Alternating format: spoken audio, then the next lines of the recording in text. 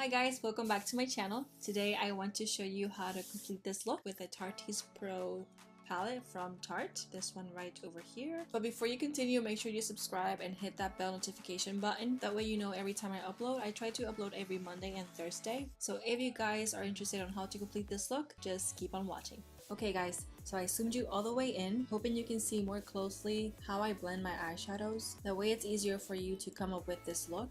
As you can see, I have the other one done, that way you have a guide. And this is what they call the half cut crease. It's called half because it doesn't go all the way out. So this is what they call the cut crease. Now if it was only a cut crease, it would be completely down here, but because it's just a half, I'm gonna stop halfway.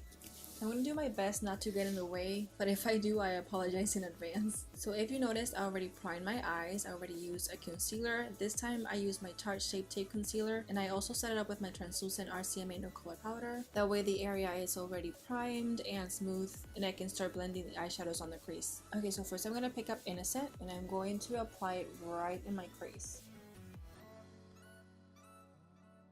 You might not notice much, but I'm going to build it slowly. I took the eyeshadow again, and now I'm going to start from the outside and windshield wiper motions.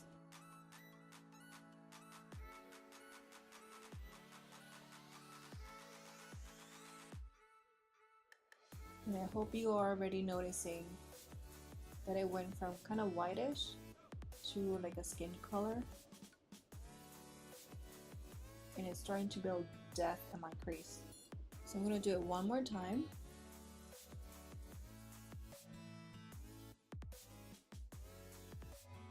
You really don't have to be precise on like if it goes way into your lid or anything, because we're going to cover that with concealer, but just be precise going up. Don't go way up your eyebrow, just keep it right in the middle. Next I'm going to take Whimsy, and with the same brush I'm going to apply it on top of that one. Make sure you take off the excess because then it's going to be too much orange. Kind of happened to me with this one. So you're gonna start like in the corner, like in the outer V, and then bring it over all the way into the crease.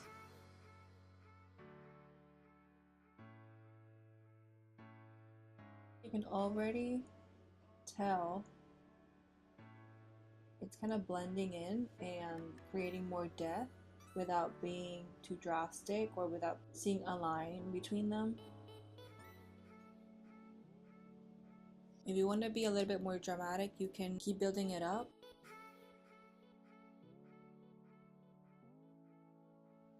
And I'm bringing it a little bit up here, making sure that there's no lines between them, and to blend it with that innocent color that I use. Now one thing I've noticed over time is that the more dramatic the crease looks, the better the cut crease looks. Okay, so now I'm going to use another type of brush, and I'm going to the next shade, and that shade is called Edgy.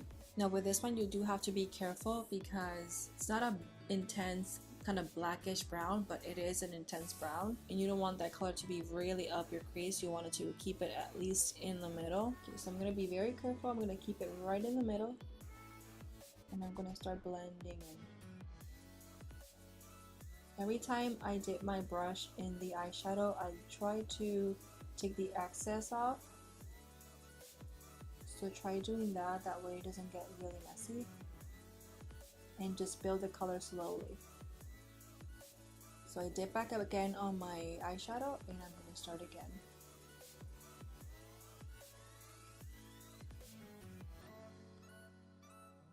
Okay, so this is the third time I dip my brush in the eyeshadow, and I'm going to continue to build this color up.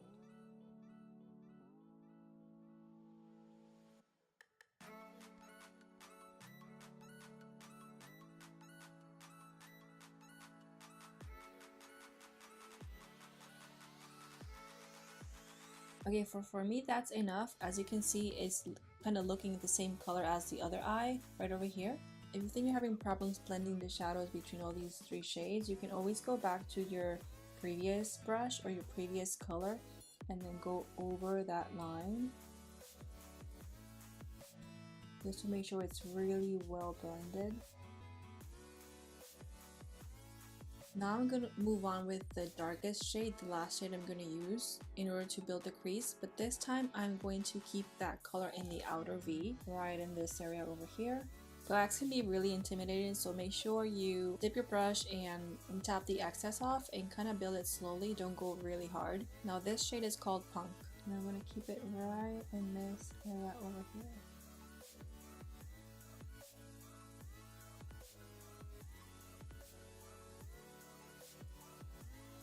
I'm going to go back again and make sure I'm blending those edges out and not going over my outer V.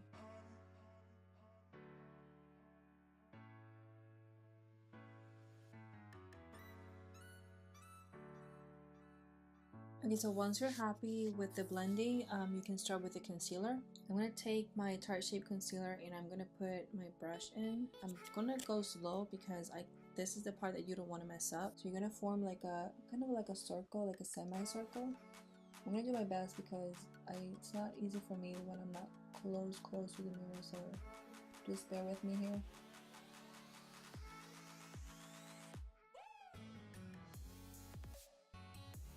I like this concealer because it's not runny.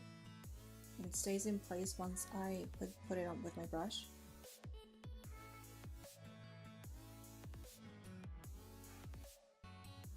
So you see I kind of messed up there.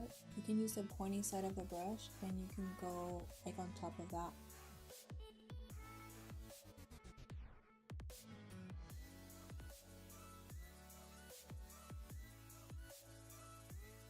There you go. And then you kind of blend inside.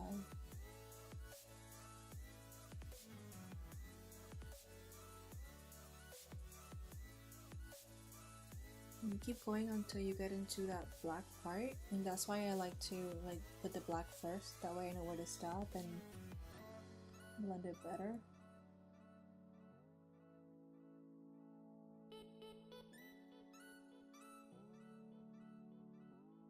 So this looks intense, so you can just try tapping your brush with the concealer to blend it. You see how the black is kind of blending with the concealer?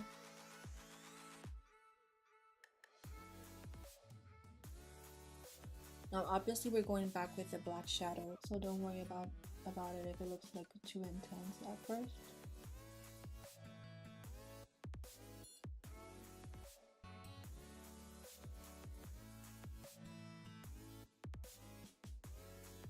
I'm not gonna take much time doing this because I don't want the concealer to dry all the way in.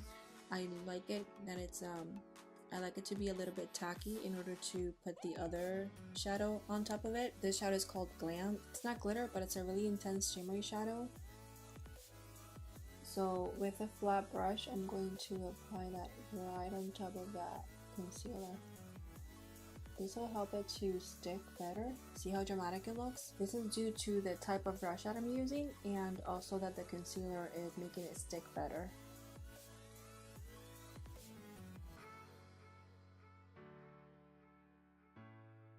Honestly, I do like this shimmer shadow from the Tarteist Pro Palette, but one thing I've noticed is like if I use a regular eyeshadow brush, it doesn't come this intense. So I feel like this is the most intense I can get this shadow to work.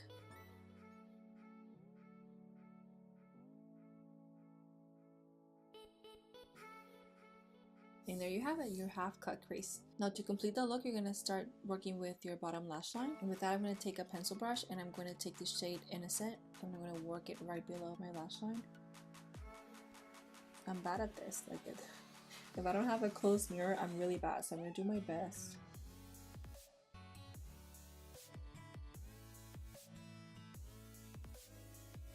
Okay, then I'm going to take a little bit of Whimsy, the orangey shadow, and I'm going to put it on top of that one. Okay, now I'm going to go with the color Edgy, and I'm going to put it like right in my outer V, but I'm going to stop like right in the middle. I'm not going to go all the way in with that color.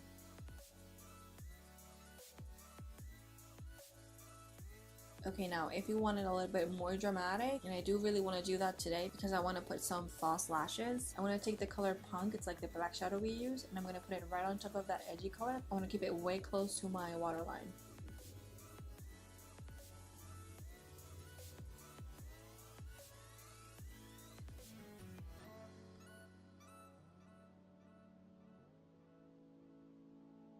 If you ever go too in, you can always blend it with the innocent color.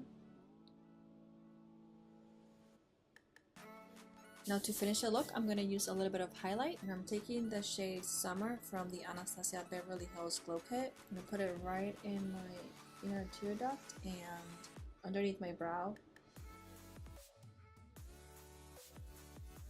And there you go. Now it's up to you if you want to stop right here. You can put on some mascara and call it a day. But I'm kind of feeling the drama today, so I'm gonna do my eyeliner and put some falsies. Alright guys, so this is the completed look. I like that it's natural, but it kind of merges with smoky and some drama. I hope you guys enjoyed this tutorial. If you are wondering what other products I use, make sure to check the description box below. Give it a thumbs up if you like this video. Subscribe if you haven't already. Thank you so much for watching, and I'll see you soon.